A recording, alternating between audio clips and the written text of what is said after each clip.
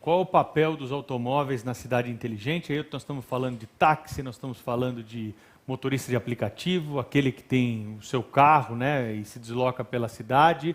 Como que fica o papel do automóvel e numa cidade inteligente, claro, numa cidade de grande porte, né, numa metrópole que tem de conviver com esse modal também. E aproveito só para questionar sobre o rodízio. Atualmente, na capital paulista, a gente tem uma mudança no horário de funcionamento do rodízio. Algumas pessoas se questionam. Segue o toque de restrições, né, a partir daquele período da noite, mas fugiu daquele horário de pico das 7 às 10 da manhã e das 5 da tarde às 8 da noite. Rodízio ainda funciona, não funciona, deve retornar? O que a gente pode observar dessas restrições para os veículos? Obrigado. Evidentemente que o carro continuará sendo importante no ecossistema da mobilidade. Mas numa cidade inteligente, eu diria que quanto mais inteligente ela vai ficando, menos dependente do automóvel nós, cidadãos, vamos nos tornando. Ou seja, eu vou tendo mais opções para viajar.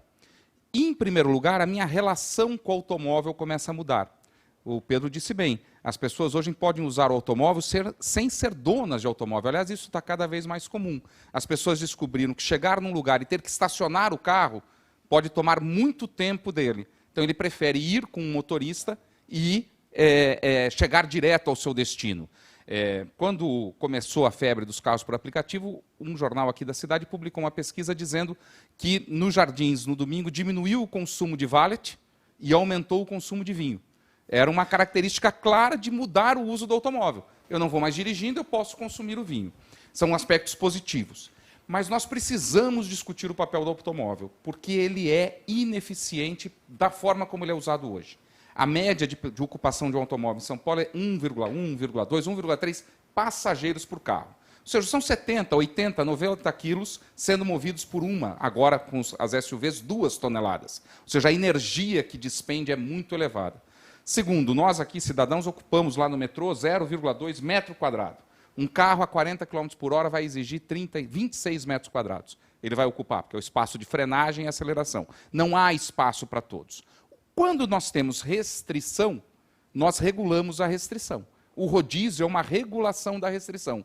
Não tem rodízio porque alguém fica alegre de ver as pessoas tendo que deixar o carro em casa. Tem rodízio porque não tem espaço para todo mundo. Então, você restringe o espaço, você administra a restrição criando uma regra. Não pode circular em determinado horário, determinada placa. Outras cidades do mundo começam a discutir outras formas de restrição.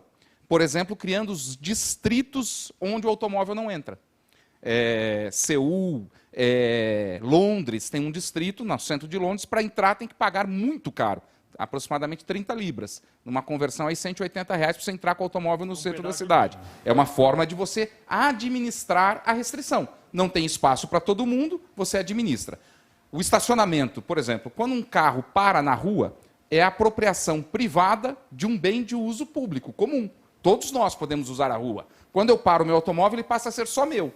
Isso deveria custar, como custa em algumas cidades, inclusive aqui em São Paulo, mas os preços precisam ser revistos. E, inclusive, o uso da tecnologia. Eu já posso hoje ter tecnologia para reservar a vaga, para ter tarifa dinâmica, na medida que a demanda cresce, o preço cresce. Mas nós precisamos discutir este papel. No futuro, o que eu antevejo? Os carros serão elétricos, a bateria ou hidrogênio, mas serão elétricos, e serão compartilhados. Nós vamos ter cada vez menos a propriedade do automóvel e cada vez mais um uso complementar. Eu vou usar o automóvel para me integrar a um outro sistema. Eu desço na estação de metrô, pego um carro que está ali, eu abro com o meu aplicativo e levo ele até o meu destino e depois devolvo nesse mesmo lugar. As pessoas